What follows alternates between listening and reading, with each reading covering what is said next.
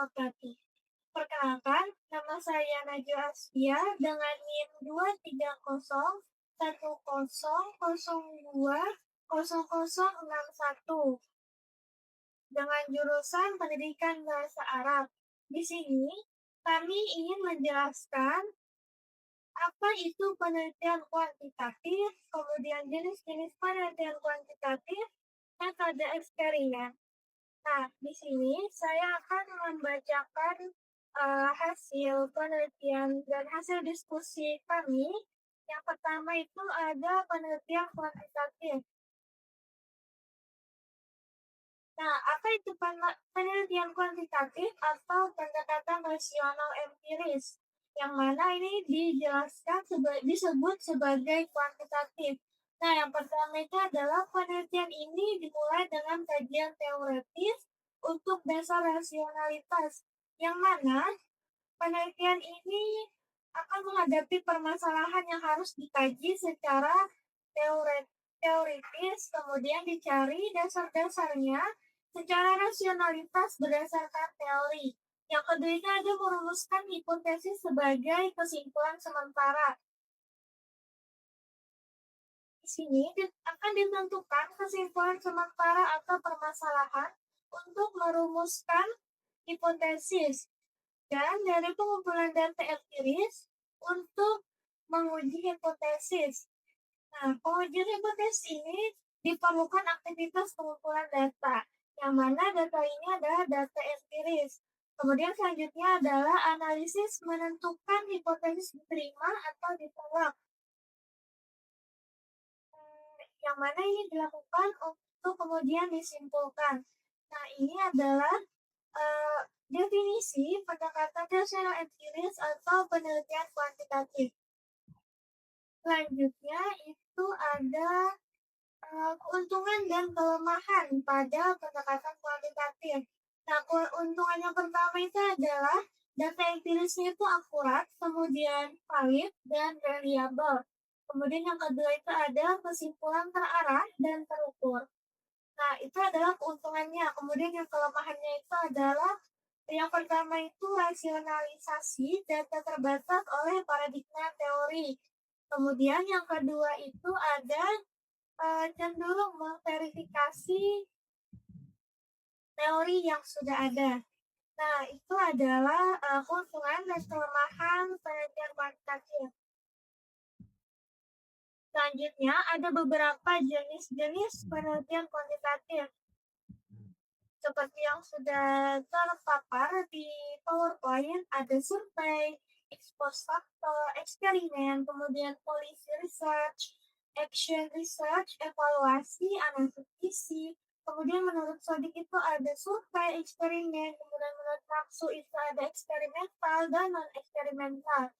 Nah, di sini kami lebih memfokuskan pada metode eksperimen. Lanjut untuk definisi eksperimen. Nah, metode eksperimen adalah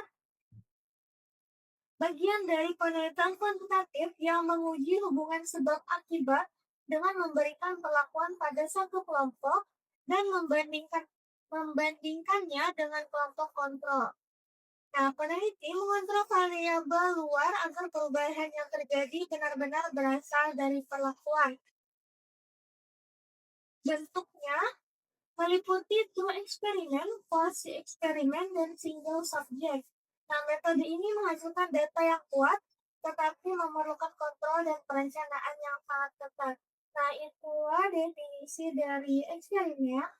Kemudian selanjutnya adalah macam-macam eksperimen dan contoh hasil eksperimen dari penelitian yang telah dilakukan oleh peneliti lain. Kepada saudari Anissa, saya persilahkan. Selanjutnya, saya akan menjelaskan macam-macam penelitian eksperimen. Sebelumnya, perkenalkan terlebih dahulu nama saya Anissa, NIM 23011020048. Saya dari Fakultas Tarbiyah dan Keguruan, jurusan Pendidikan Bahasa Arab. Saya dari angkatan 2023 dari Lokal A. Langsung saja ke pembahasan, yaitu macam-macam penelitian eksperimen.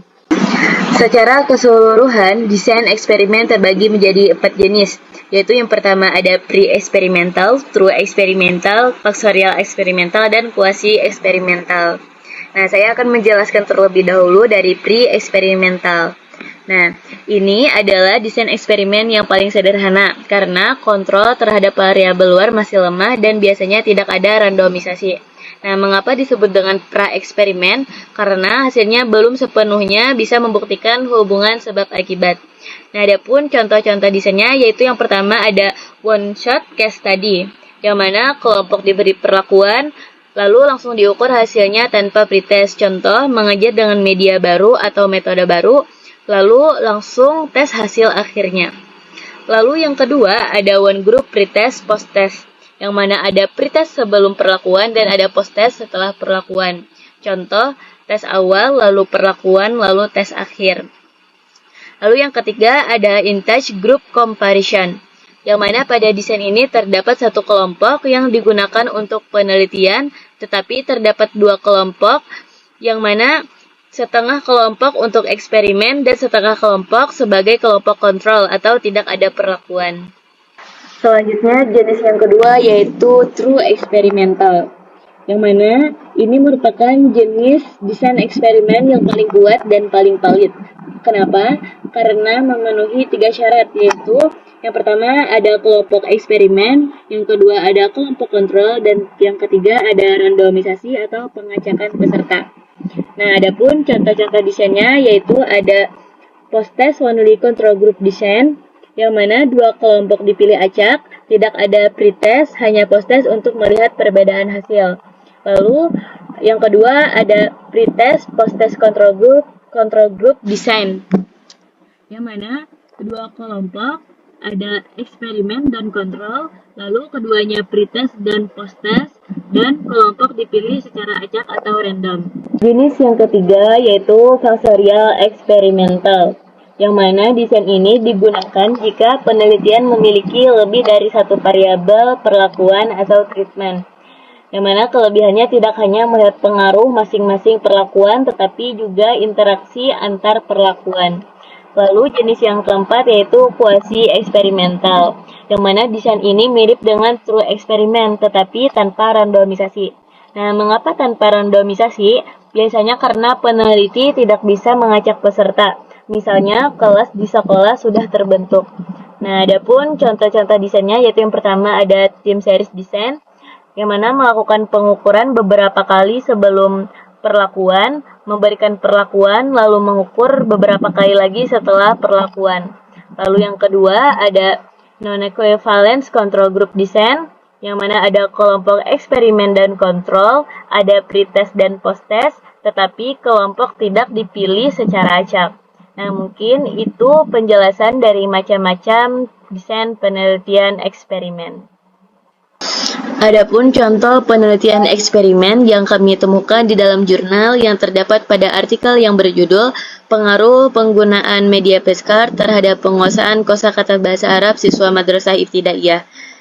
Penelitian ini dilakukan oleh Muhammad Sholeh Noviadi, Miftahut Taubah, dan Syarifuddin. Penelitian tersebut termasuk penelitian kuantitatif dengan pendekatan eksperimen, karena peneliti memberikan perlakuan tertentu kepada siswa, yaitu penggunaan media flashcard untuk mengetahui pengaruhnya terhadap penguasaan kosakata bahasa Arab. Desain penelitian yang digunakan adalah pra-eksperimental dengan model one group protest post-test. Dalam desain ini, peneliti hanya menggunakan satu kelompok siswa tanpa kelompok pembanding, yang mana pada tahap awal siswa diberikan pretest untuk mengetahui kemampuan awal mereka dalam menguasai kosakata. Selanjutnya, siswa mendapatkan perlakuan dalam bentuk pembelajaran menggunakan media flashcard.